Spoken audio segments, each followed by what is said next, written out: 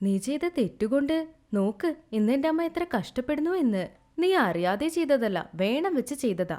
എന്റെ അമ്മ പണികളൊക്കെ നിന്നോട് പറയുന്നു എന്ന് കരുതി അവരെ ഇല്ലാതാക്കാനാണ് നീ ഇങ്ങനെ ചെയ്തത്. ഇനി നീ ഒരു നിമിഷം പോലും ഇവിടെ നിൽക്കരുത്.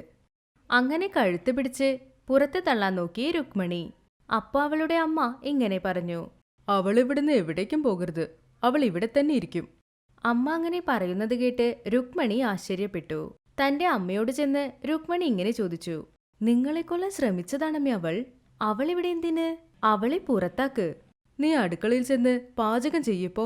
അങ്ങനെ പറഞ്ഞു മരുമകളെ അവിടെന്ന് അയച്ചു. മരുമകൾ പോയതിനു ശേഷം രുക്മിണി ഇങ്ങനെ ചോദിച്ചു, എന്താ അമ്മ അവളെ വീട്ടിൽ നിന്ന് പുറത്താക്കാൻ പറഞ്ഞ അത് ചെയ്യാത്തത്? നിനക്ക് ജീവിക്കണമെന്ന ആഗ്രഹമില്ലേ? അയ്യോ, അതൊന്നുമില്ല മോളെ, എനിക്കിപ്പോ പരിക്കേറ്റു. വീട്ടിലെ പണികളൊന്നും ചെയ്യാൻ പറ്റില്ല. നിനക്കും ചെയ്യാൻ പറ്റില്ല, നീ ചെറിയ കുട്ടി, ഒന്നും അറിയില്ല. അവളിരുന്ന എല്ലാ പണികളും ചെയ്യല്ലേ, അതുകൊണ്ടാണ് അവളെ ഇരിക്കാൻ പറഞ്ഞേ. എനിക്ക് കാല് ശരിയാകുന്നവരെ അവൾ തന്നെ വീട്ടിലെ പണികൾ ചെയ്യട്ടെ. നീ പറഞ്ഞത് ശരിയാണമ്മ, ഞാൻ ആലോചിച്ചേ ഇല്ല. നീ പറഞ്ഞതിനു ശേഷം ആലോചിക്കുമ്പോഴാ നീ പറഞ്ഞ ശരിയെന്ന് തോന്നുന്നത്.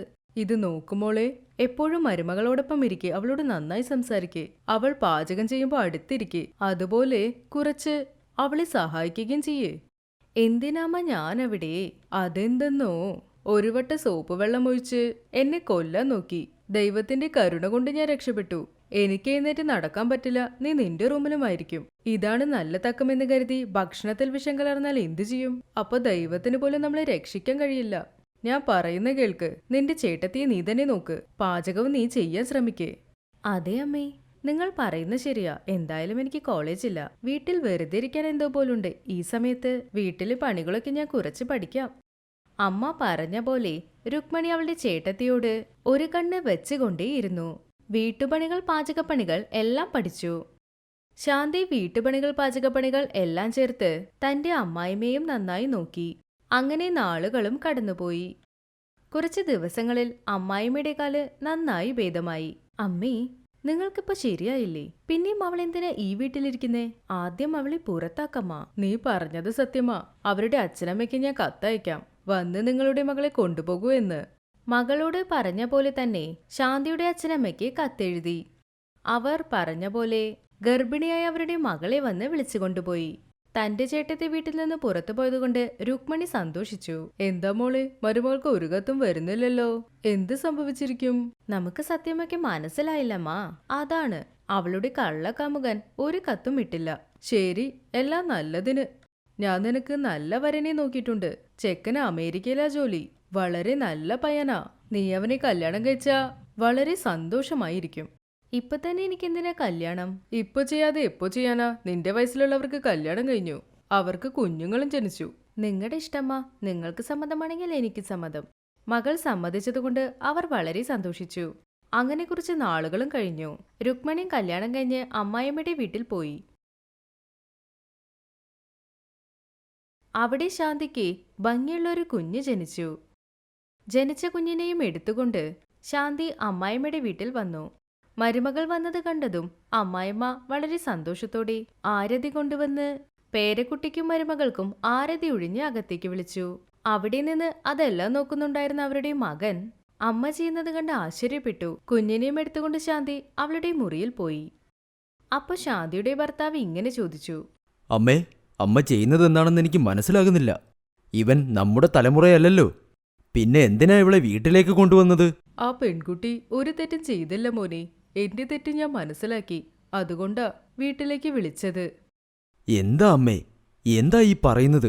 അവൾ തെറ്റൊന്നും ചെയ്തില്ലെന്നോ? അപ്പോൾ ആ ലെറ്ററൊക്കെ? ആ കത്തൊക്കെ ഇട്ടത് നിന്റെ അനിയത്തി രുക്മിണി. അമ്മ എന്താ പറഞ്ഞത്? രുക്മിണിയാണോ ലെറ്റർ എഴുതിയത്? അതേടാ, 100% നിന്റെ അനിയത്തി രുക്മിണി എഴുതിയതാ. എന്നോടെന്താ ഇത്രയും നാളായിട്ടും പറയാത്തത്? സമയം വരട്ടെന്ന് കാത്തിരുന്നു ഞാൻ. ഇന്നാണ് ആ സമയം, അതാ നിന്നോട് പറഞ്ഞത്. ഇതെല്ലാം ചെയ്തത് രുക്മിണിയാണെന്ന് അമ്മയോട് ആര് പറഞ്ഞു? അന്ന് എന്റെ കാലൊടിയാൻ കാരണം ശാന്തിയല്ല, നിന്റെ അനിയത്തി രുക്മിണി തന്നെയാണ്. അമ്മ എന്തൊക്കെ ഈ പറയുന്നത്? ഇതൊക്കെ സത്യമാണോ? അതെടാ, അന്ന് ശാന്തി വീട് നന്നായാണ് തുടച്ചത്. അത് ഞാൻ എന്റെ കണ്ണുകൊണ്ട് കണ്ടതാ. അത് കഴിഞ്ഞ് പണിയുണ്ടെന്ന് കുറച്ച് അപ്പുറത്തേക്ക് പോയി. ശാന്തി നന്നായി ക്ലീൻ ചെയ്തല്ലോ എന്ന് കരുതി ഞാൻ ശ്രദ്ധിക്കാതെ പോയി. പക്ഷെ അവിടെ വെള്ളം എങ്ങനെ വന്നു അറിയില്ല, കാൽ വഴുക്കി താഴെ വീണു. അമ്മ പറഞ്ഞതൊക്കെ സത്യമാണോ? അതുമാത്രമല്ല മോനെ, ഒരു ചെക്കന്റെ പേരിൽ കത്തെഴുതിയതും നിന്റെ അനിയത്തി രുക്മിണിയാണ്. അവൾ കല്യാണം കഴിഞ്ഞ് പോയതുകൊണ്ട് രക്ഷപ്പെട്ടു. ഇല്ലായിരുന്നെങ്കിൽ ഞാൻ തന്നെ അവളെ കൊല്ലുമായിരുന്നു. അതേ മോനെ, ആ കാര്യം അറിഞ്ഞാ നീ അവളെ ജീവനോടെ വിടില്ലായിരുന്നു. അതുകൊണ്ടാ മരുമകളോടൊപ്പം ചേർന്ന് എല്ലാ പണികളും പഠിക്കാൻ പറഞ്ഞത്. അവസാനം അവളെ കല്യാണം കഴിപ്പിച്ചും ഞാൻ അയച്ചു. മരുമകൾ ഒരു തെറ്റും ചെയ്തില്ലടാ. അതെനിക്ക് അന്നാ അറിഞ്ഞത്. മരുമകൾ ഇവിടെ ഇരുന്നാ അവൾ വല്ല കുഴപ്പവും ചെയ്താലോ എന്ന് കരുതിയാണ് പ്രസവത്തിന് അവളുടെ അമ്മയുടെ വീട്ടിലേക്ക് അയച്ചത്. അതുമല്ലാതെ നിന്റെ ഭാര്യ ഇവിടെ ഉണ്ടെങ്കിൽ അവൾ കല്യാണത്തിനെ സമ്മതിക്കില്ല. അതുകൊണ്ടാ അവളെ വീട്ടിലേക്ക് അയച്ചവൾക്ക് നല്ല വരം നോക്കി കല്യാണം കഴിപ്പിച്ചത്. കല്യാണം കഴിഞ്ഞ് അവൾ അമ്മായിമ്മയുടെ വീട്ടിൽ പോയിട്ടാണ് മരുമകളെ ഇവിടെ വിളിച്ചത്. നീ ആ പെൺകുട്ടിയെയും കുഞ്ഞിനെയും നന്നായി നോക്ക്. ആ പെൺകുട്ടി വളരെ നല്ലവളാ. അവൾ നിന്റെ ലൈഫിൽ വന്നത് വളരെ ഭാഗ്യമാണ്. അമ്മ പറഞ്ഞത് കേട്ട് മകൻ ഇങ്ങനെ പറഞ്ഞു. ശരിയമ്മേ, ഇനി ഞാനവളെ വേദനിപ്പിക്കില്ല. പോയി മരുമകളോട് നന്നായി സംസാരിക്കടാ. ഈ വിഷയത്തെക്കുറിച്ച് അവൾ അറിയണ്ട. ആ പെൺകുട്ടി വളരെ പാവമാ. ജീവിതത്തിൽ അവൾ ഒരുപാട് കഷ്ടപ്പെട്ടു. ശരിയമ്മേ. അങ്ങനെ ഭാര്യയുടെ അടുത്ത് ചെന്ന് കുഞ്ഞിനെ എടുത്ത് കളിപ്പിച്ചുകൊണ്ടിരുന്നു.